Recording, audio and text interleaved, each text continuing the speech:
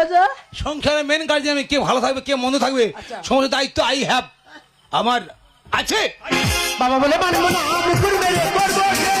বংশের ছোট ছেলে নরক কুণ্ডু পরিবেশ, মৃত্যু ভয় বেড়েছে, ঠিক সময় মতো মুখ ভয় পড়বে, বাবা বাঁচাও।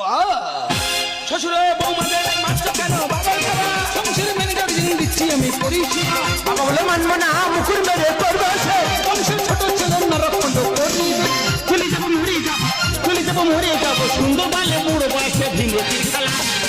আই যাই আই বন্ধ কর নাকি ওই যে ও মা গো দুজন আথু এরা বাবাকে বলা করলা, এরা বাবাকে মারতে যায়, বলা করলা, এরা বাবাকে মারতে যায়। তোমাকে শুরু করছি সব, এই কি শুরু করছি? এই দেখ ছোলার বাদাম খাবে লোক সালাদ বানা ঠিক বাবা কাছে হাজির হয়ে দেখ।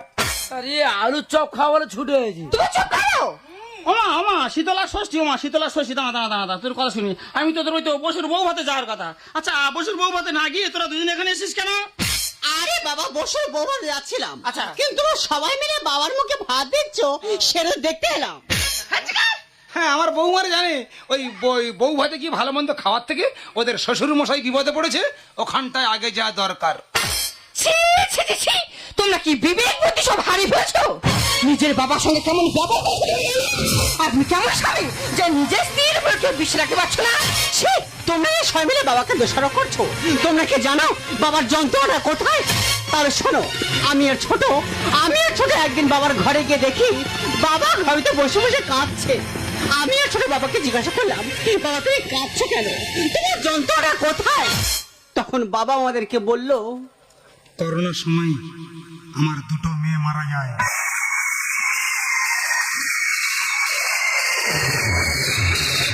তোরা দুই ভাই জানিস তাদের নাম ছিল লক্ষ্মী আর সরস্বতী। আমি খুব ভেঙে পড়েছিলাম, প্রায় সময় ঘরে বসে বসে কাঁদতাম।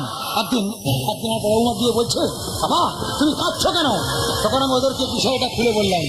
তখন আমার বড় বৌমা বললো, আজ থেকে তুমি আর কাঁদবে না, আমি তোমার বড় বৌমা, তোমার বড় মেয়ের মতো, আর ও তোমার ছোট বৌমা, ও তোমার ছোট মেয়ের মতো। তাই ওদের মুখ থেকে বেশি বেশি করে বাবা ডাক শোনার জন্য ওরা যখন যেটা চাইতো আমি ওদেরকে বেশি বেশি করে এনে দিতাম। এটাই হল তার মূল কাহিনী। ছি বড় খোকা, ছি ছোট খোকা, ছি যে মানুষটা নিজে না খেয়ে নিজে না পড়ে তোদেরকে এত বড় করলো, আর সেই মানুষটা কোনো কথা না শুনে কিছু না